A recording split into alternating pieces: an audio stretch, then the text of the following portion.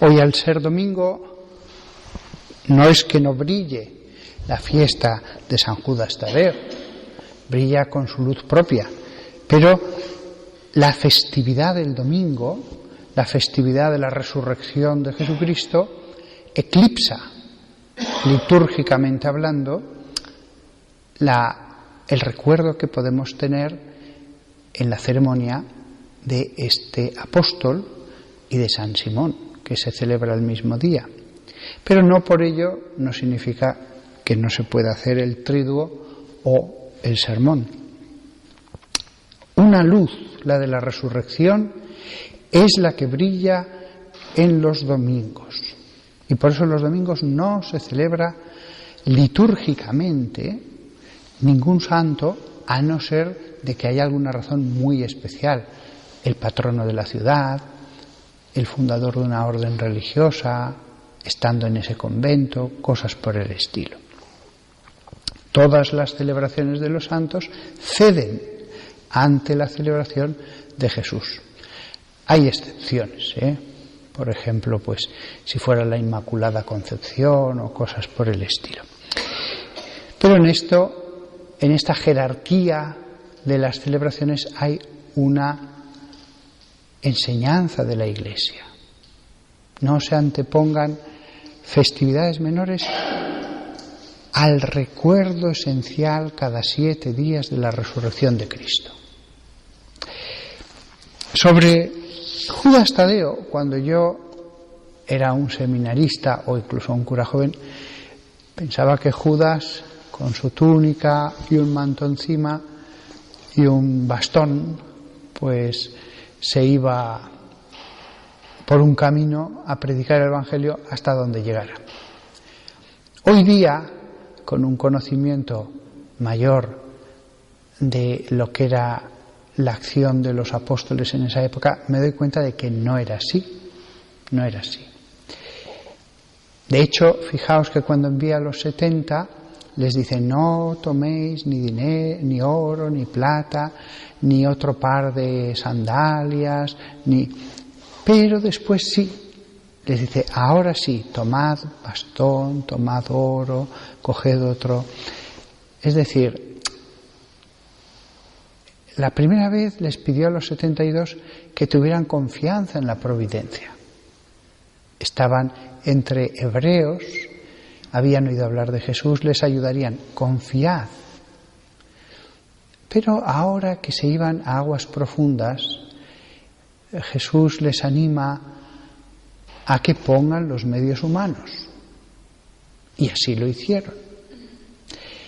Hay un pequeño pasaje que da mucha luz acerca de cómo fue esta era apostólica. Y es que San Pablo, en un momento dado de sus viajes, dice: soy el único que está dedicado a evangelizar donde otros no han puesto fundamento, a los gentiles. Eso es muy interesante. Entonces los demás no. ¿Por qué los demás iban a las comunidades judías que estaban esparcidas por todo el Imperio Romano y más allá? Había comunidades judías en las costas de la Galia, en las costas de Hispania, en todas las ciudades de las costas del norte de África.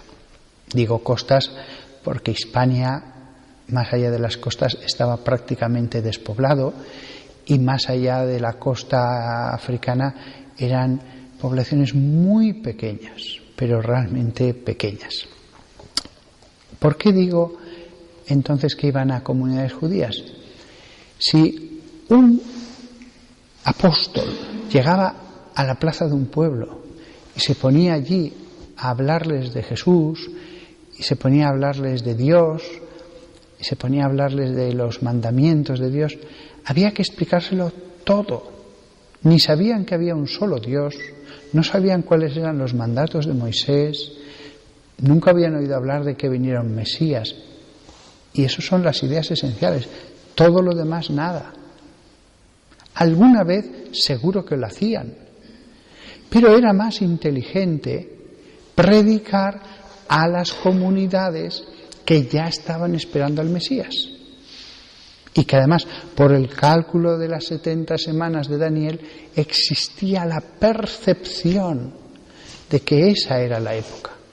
Y más todavía cuando durante por lo menos los 2 últimos años del ministerio público de Jesús, la noticia de que había llegado el Mesías ya se estaba extendiendo por las comunidades cuando iban a celebrar la Pascua allí algunos y volvían trayendo noticias. Claro, el trabajo se facilitaba muchísimo. Alguien podría decir, bueno, pues que hagan un milagro en mitad de la plaza y ya está, todo se arregla y ya todos creerán lo que tengan que decir. No, hubo milagros, pero no es ese el estilo de Dios. Ni Jesús actuaba de esa manera, ni tampoco los apóstoles. Hubo milagros, que sí, que facilitaron mucho la fe. Pero aunque hubieran querido creer, era hacer pasar a la gente como si fueran filisteos directamente a la percepción teológica del siglo I. Dios fue por fases con su pueblo. Era lógico echar la semilla primero en la tierra más preparada. Un agricultor tiene la semilla. ¿Dónde la echa? En la tierra. ¿Y dónde va a trabajar esa tierra? En la tierra que es mejor, más fértil, donde hay más agua, o en la tierra que es peor, porque no hay agua, porque no es lo mismo echar la semilla en una tierra que ya ha sido roturada a una tierra inculta. Los que sean de campo saben que roturar la tierra, pues así de primeras, es todo además depende de cómo esté la tierra. Puede ser una labor muy, muy ardua, porque la tierra que vemos en el campo suelen ser dehesas, es decir, tierras que ya han sido trabajadas, aunque hayan sido descuidadas en los últimos años. La dehesa no es natural. Cuando vemos esos campos de olivos y todo allí tan bien cuidado, es porque ha pasado el ganado. Si no pasa el ganado, crecen zarzas, matorrales, de todo, y eso es difícil de sacar. Así era el pueblo pagano. Por eso se habla de la plenitud de los tiempos. Hubo antes un David, y hay diferencia de un David a un Salomón, y después vino un Ezequías, y después vino un Ezequiel, y después vino un Isaías, etcétera.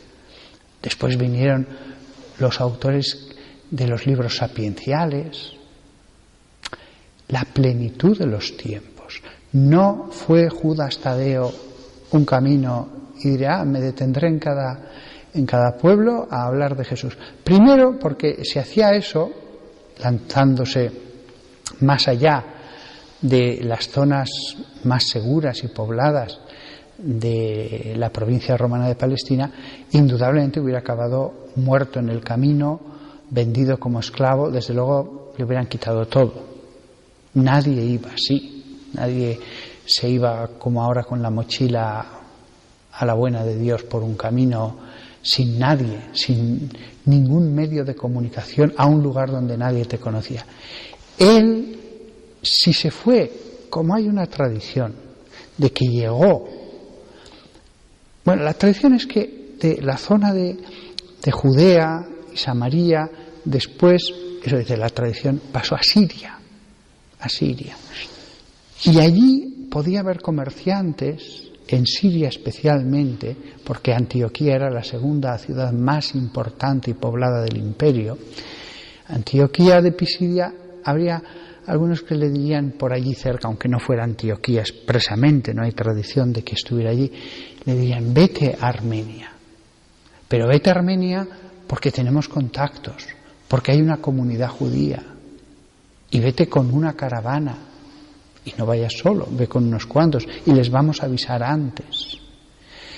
San Judas Tadeo, cuya tradición es que llegó a predicar en Armenia, dio ese salto y no hay constancia de que fundara comunidades en medio por los comercios que había entre la provincia de Siria romana y Armenia.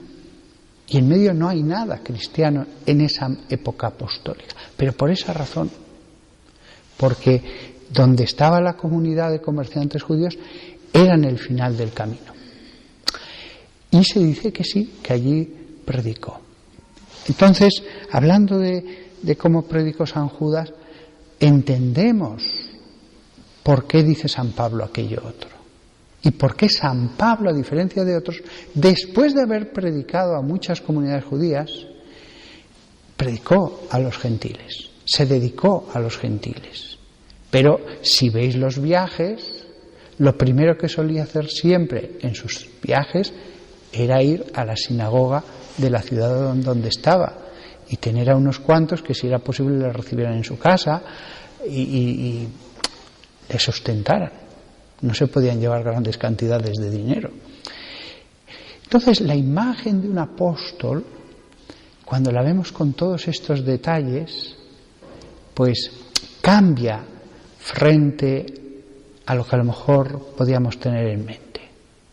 Él llega después de un viaje hasta Armenia larguísimo, impresionantemente largo. Estamos hablando, no he calculado los kilómetros, pero bastante más de un mes o hasta 2 meses de viaje, no lo he calculado. Y cuando llegara, pues allí se establecía en esa casa, trataba de hablar de eso en la sinagoga. Si no le recibía el rabino y se negaba, pues intentaría hacer apostolado con los judíos que estuvieran allí, pero porque tuviera ya una familia que le había dicho: vente, que nosotros sí creemos. Imaginaos una ciudad a meses de distancia, sin dinero, no se podían llevar grandes cantidades, y que de pronto el rabino te decía: no, aquí no puedes predicar esto. Y además he dicho a todos mis parroquianos que te echen de sus casas. Hasta el viaje de vuelta hubiera sido muy complicado hacerlo sin dinero. Hubiera necesitado que alguien confiara en él que le iban a pagar a la vuelta. Lo lógico es que ya alguien creyente, influyente, le había dicho: esta familia te va a sostener pase lo que pase, porque ya sabían que había persecución de la sinagoga en muchos lugares. Y entonces él llegaba allí y sin prisas pues predicaba, y había milagros. Y entonces ya en una segunda fase los paganos estaban interesados en escucharle. A veces no en escucharle, pero habían oído y le llevaban a un familiar enfermo, sordo, ciego, un anciano que estaba muy grave. Y si se producía el milagro, ellos no significaba que curaran a todo el mundo, pues entonces ya después le predicaban y empezaban a venir a las reuniones, tal vez a la sinagoga, tal vez hablaba y enseñaba en la sinagoga, y después también tenía la cena ya en una casa, no se haría en la sinagoga. La sinagoga era para orar, era para escuchar al rabino. La cena del Señor, lo lógico era hacerlo en una casa, como lo había hecho Jesús. Será con el tiempo que se unirán ambas cosas. Ahora tenemos liturgia de la palabra y la mesa de la cena del Señor unidas.